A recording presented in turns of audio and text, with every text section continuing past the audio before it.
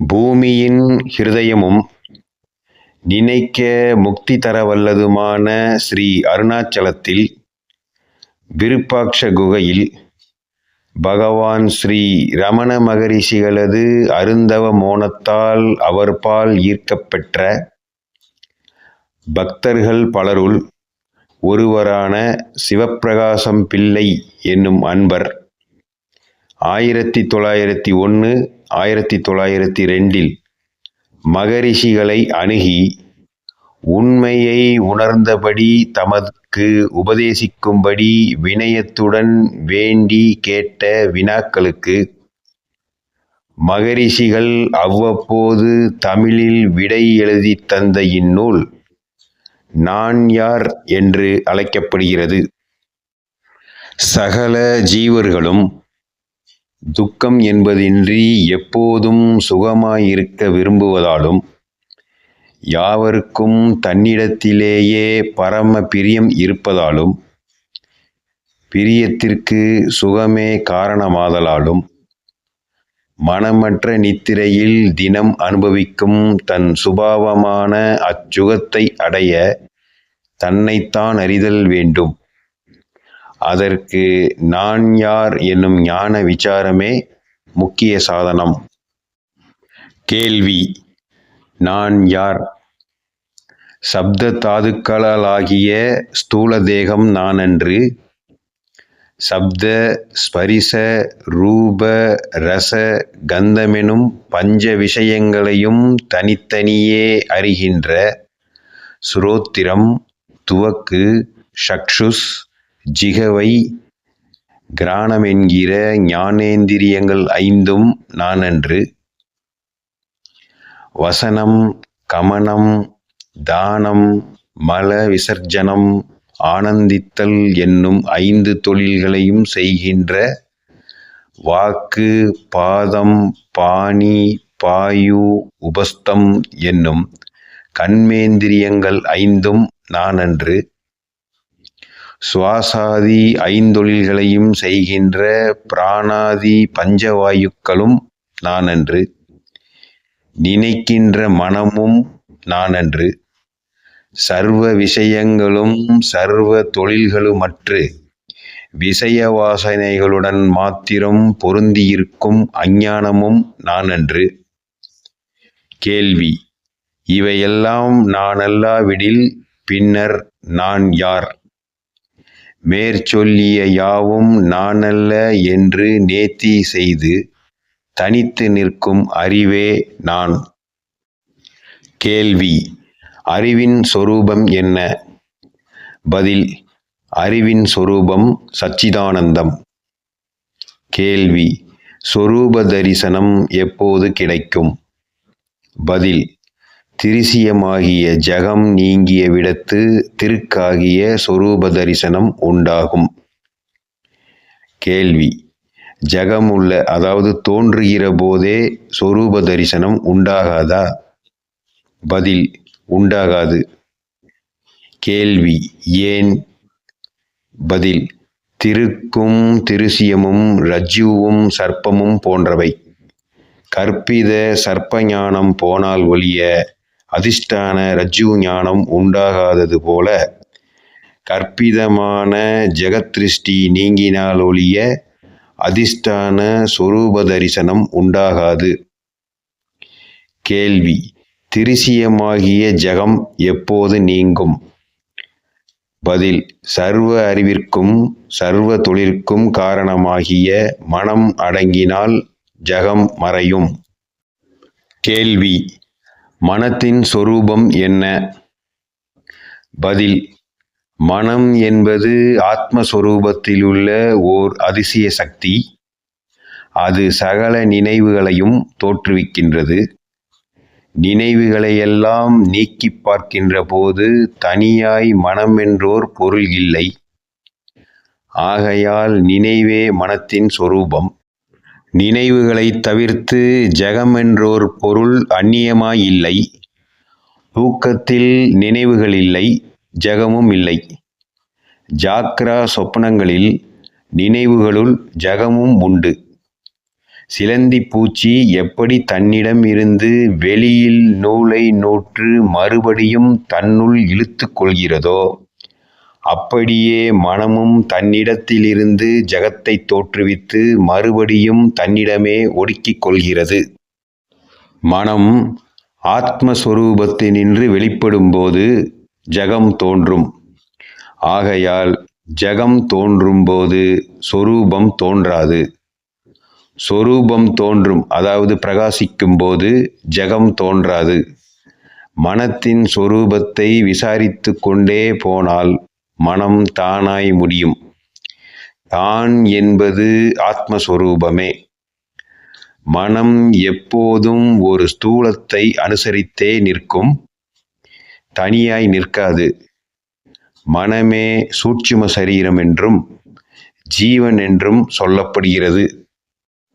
கேள்வி: மனத்தின் சொரூபத்தை விசாரித்தறியும் மார்க்கம் என்ன? பதில்: இந்த தேகத்தில் நான் என்று கிளம்புவது எதுவோ அஃதே மனமாம்.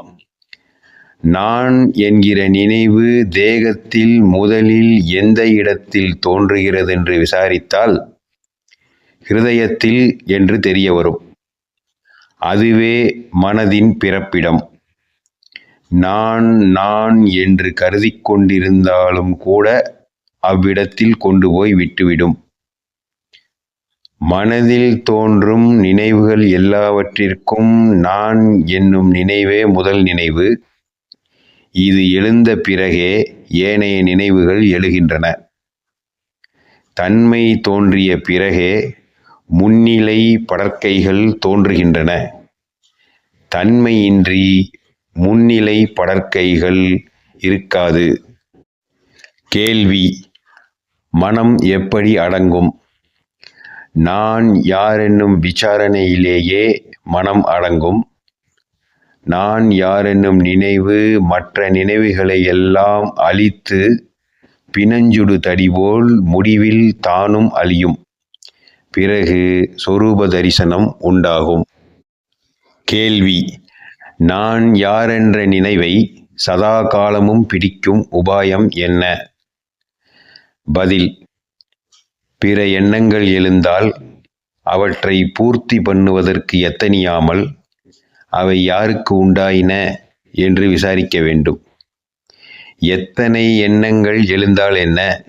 ஜாக்கிரதையாய் ஒவ்வொரு எண்ணமும் கிளம்பும் போதே இது யாருக்கு உண்டாயிற்று என்று விசாரித்தால் எனக்கு என்று தோன்றும். நான் யார் என்று விசாரித்தால் மனம் தன் பிறப்பிடத்திற்கு திரும்பிவிடும். எழுந்த எண்ணமும் அடங்கிவிடும். இப்படி பழக பழக மனத்திற்கு தன் பிறப்பிடத்தில் தங்கி நிற்கும் சக்தி அதிகரிக்கின்றது. சூட்சுமமான மனம் மூளை இந்திரியங்கள் வாயிலாய் வெளிப்படும் போது ஸ்தூலமான நாம ரூபங்கள் தோன்றுகின்றன. ஹிருதயத்தில் தங்கும்போது நாம ரூபங்கள் மறைகின்றன. மனத்தை வெளிவிடாமல் ஹிருதயத்தில் வைத்து கொண்டிருப்பதற்குத்தான் அகமுகம் அல்லது அந்தர்முகம் என்று பெயர். ஹிருதயத்திலிருந்து வெளியிடுவதற்குத்தான் பகிர்முகம் என்று பெயர். இவ்விதமாக மனம் ஹிருதயத்திற்கு இறங்கவே எல்லா நினைவுகளுக்கும் மூலமான நான் என்பது போய் எப்பொழுதும் உள்ள தான் மாத்திரம் விளங்கும். எதை செய்தாலும் நான் என்கிற அகங்காரமற்று செய்ய வேண்டும். அப்படி செய்தால் எல்லாம் சிவஸ்வரூபமாய்த் தோன்றும். கேள்வி: மனம் அடங்குவதற்கு வேறு உபாயங்கள் இல்லையா? பதில்: விசாரணையைத் தவிர வேறு தகுந்த உபாயங்கள் இல்லை. மற்ற உபாயங்களினால் அடக்கினால் மனம் அடங்கினால் போல் இருந்து மறுபடியும் கிளம்பிவிடும். பிராணாயாமத்தாலும் மனம் அடங்கும். ஆனால் பிராணன் அடங்கியிருக்கும் வரையில் மனமும் அடங்கியிருந்து பிராணன் வெளிப்படும் போது தானும் வெளிப்பட்டு வாசனை வயத்தால் அலையும். மனத்திற்கும் பிராணனுக்கும் பிறப்பிடம் ஒன்றே. நினைவே மனதின் சொரூபம். நான் என்னும் நினைவே முதல் நினைவு. அதுவே அகங்காரம். அகங்காரம் எங்கிருந்து உற்பத்தியோ அங்கிருந்துதான் மூச்சும் கிளம்புகின்றது.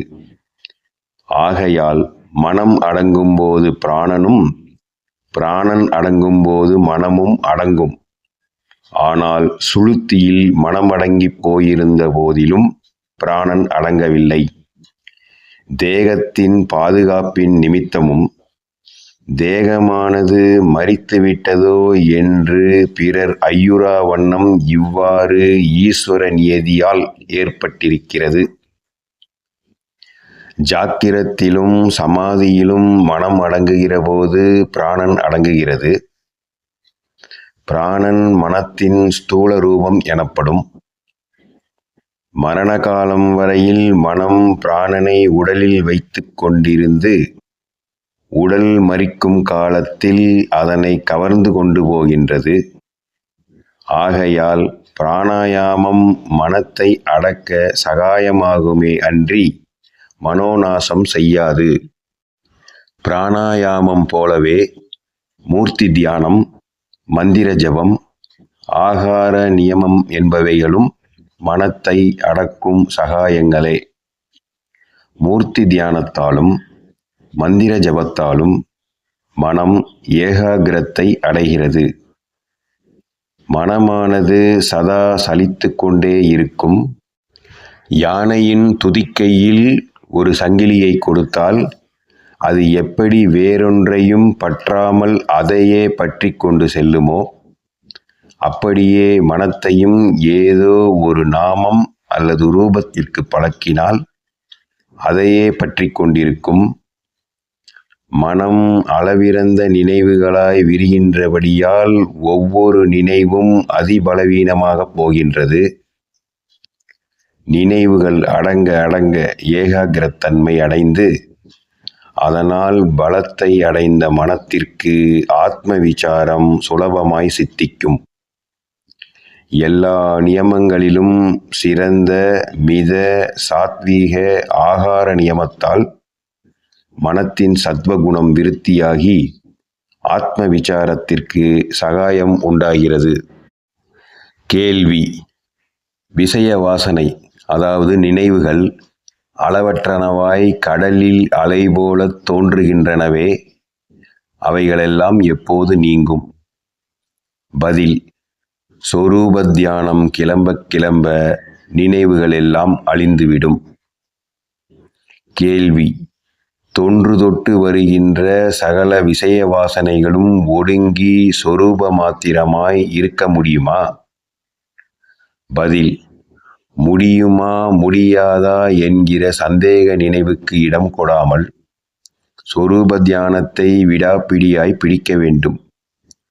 ஒருவன் எவ்வளவு பாவியாயிருந்தாலும் நான் பாவியாய் இருக்கிறேனே, எப்படி கடை தேரப் போகிறேன் என்று ஏங்கி அழுது கொண்டிருக்காமல் நான் பாவி என்னும் எண்ணத்தையும் அறவே ஒழித்து சொரூப தியானத்தில் ஊக்கமுள்ளவனாக இருந்தால் அவன் நிச்சயமாக உருப்படுவான். நல்ல மனம் என்றும் கெட்ட மனம் என்றும் இரண்டு மனங்கள் இல்லை, மனம் ஒன்றே. வாசனைகளே சுபம் என்றும் அசுபம் என்றும் இரண்டு விதம். மனம் சுபவாசனை வயத்தால் நிற்கும்போது நல்ல மனம் என்றும், அசுப வாசனை வயத்தால் நிற்கும்போது கெட்ட மனம் என்றும் சொல்லப்படும். பிரபஞ்ச விஷயங்களிலும் பிறர் காரியங்களிலும் மனதை விடக்கூடாது. பிறர் எவ்வளவு கெட்டவர்களாயிருந்தாலும் அவர்களிடத்தில் துவேஷம் வைக்கலாகாது. விருப்பு வெறுப்பு இரண்டும் வெறுக்கத்தக்கன. பிறருக்கு ஒருவன் கொடுப்பதெல்லாம் தனக்கே கொடுத்து கொள்கிறான். இவ்வுண்மையை அறிந்தால் எவன்தான் கொடாதொழிவான்?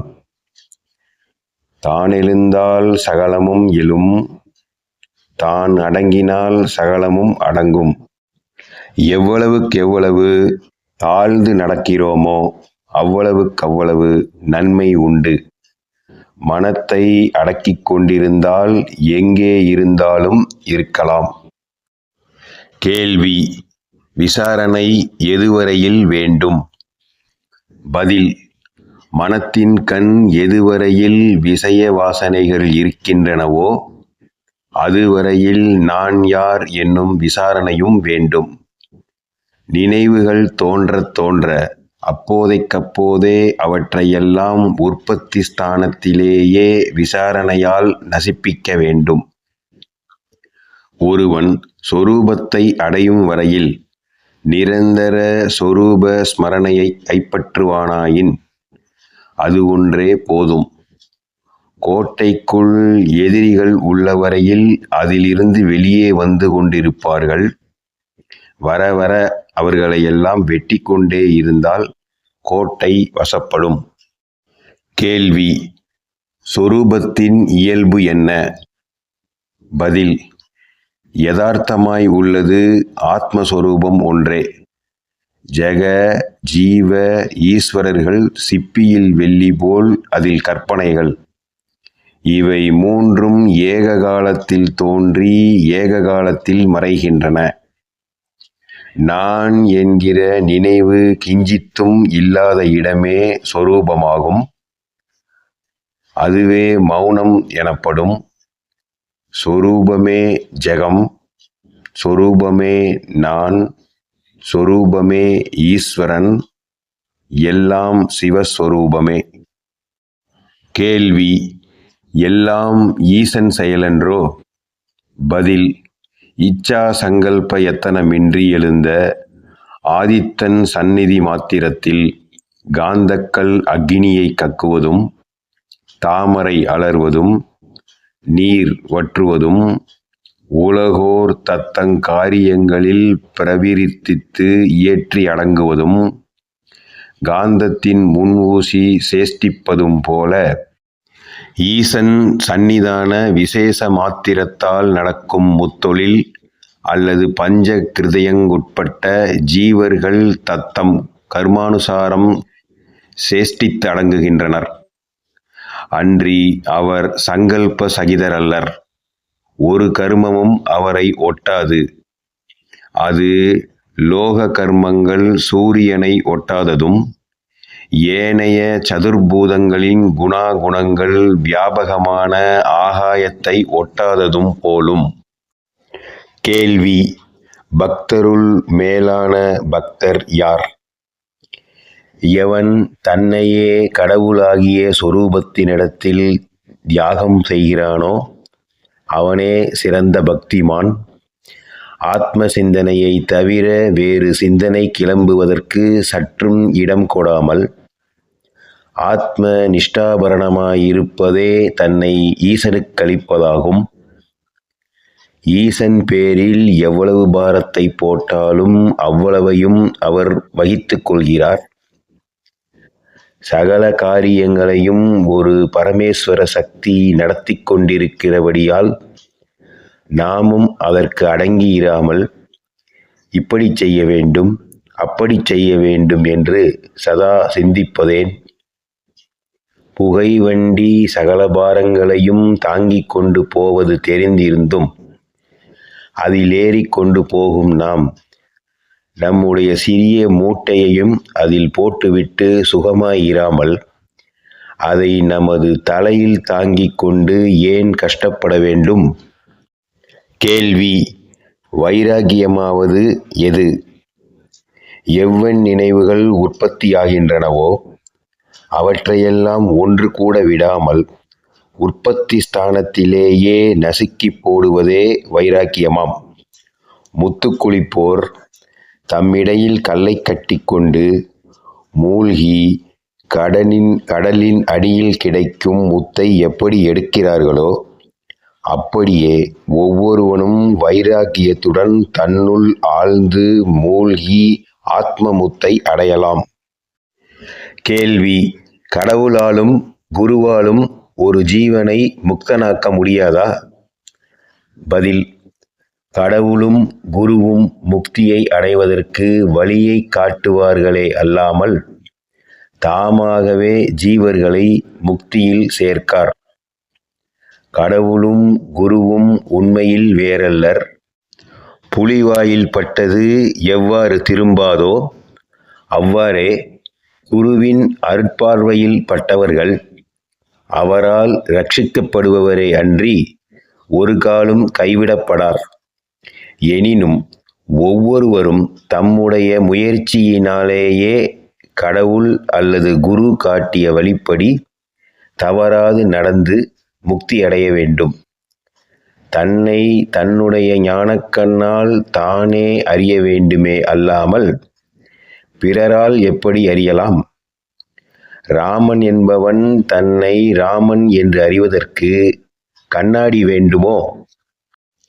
கேள்வி: முக்தியில் விருப்பமுள்ளவனுக்கு தத்துவங்களின் விசாரணை அவசியமா?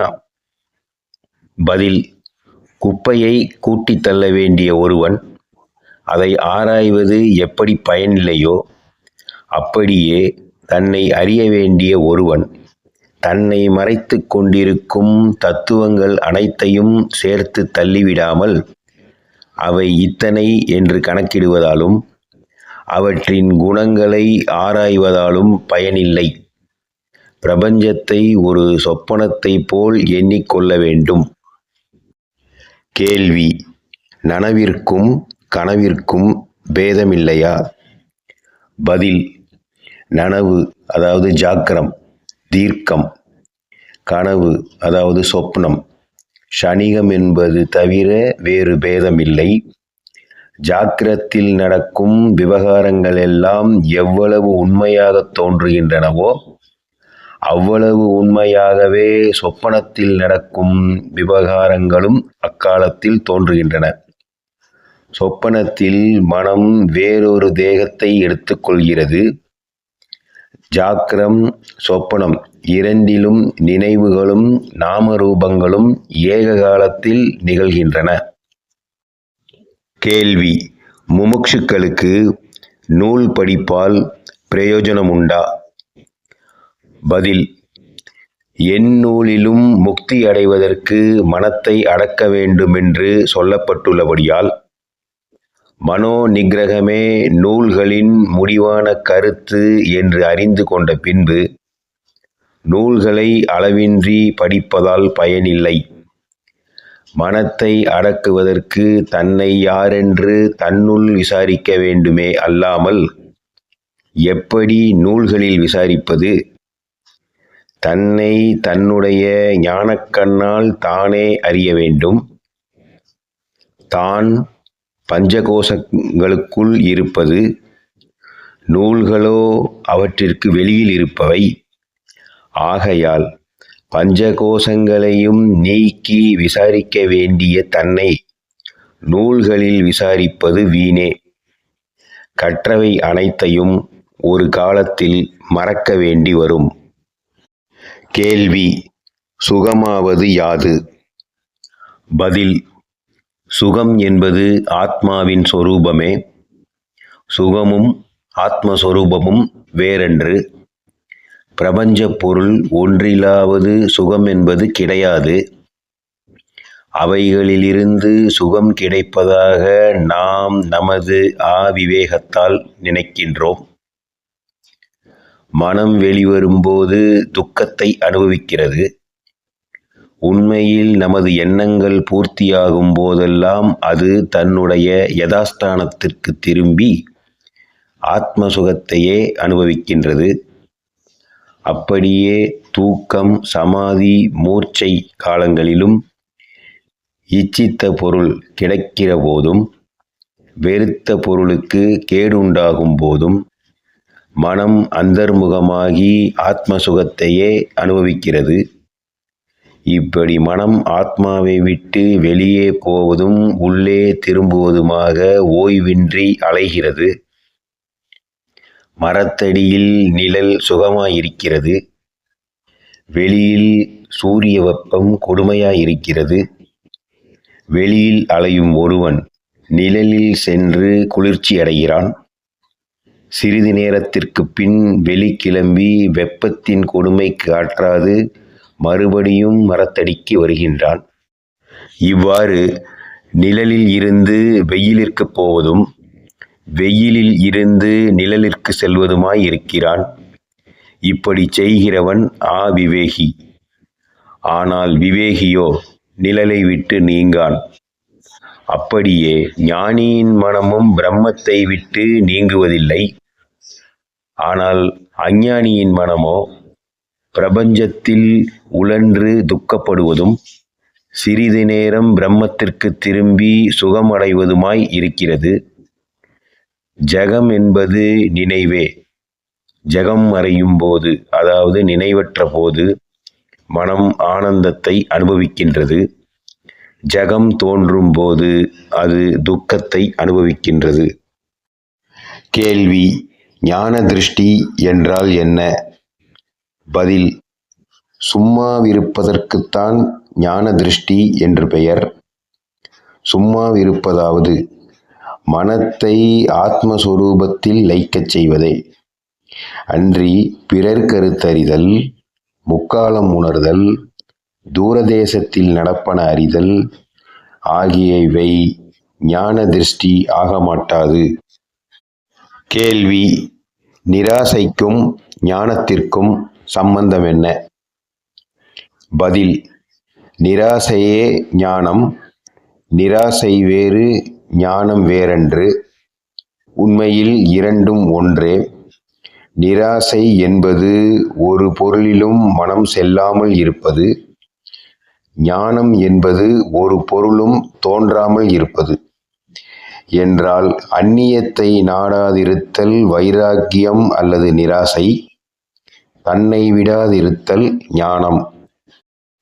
கேள்வி: விசாரணைக்கும் தியானத்திற்கும் பேதம் என்ன? பதில்: விசாரணையாவது தன்னிடத்திலேயே மனதை வைத்துக் கொண்டிருப்பது. தியானமாவது தன்னை பிரம்மமென்றும் சச்சிதானமென்றும் பாவிப்பது. கேள்வி: முக்தி என்றால் என்ன? பதில்: பந்தத்தில் இருக்கும் தான் யாரென்று விசாரித்து தன் யதார்த்த சொரூபத்தை தெரிந்து கொள்வதே முக்தி. நான் யார்? வினாவிடை முற்றுப் பெற்றது. ஸ்ரீ ரமணார்ப்பணமஸ்து.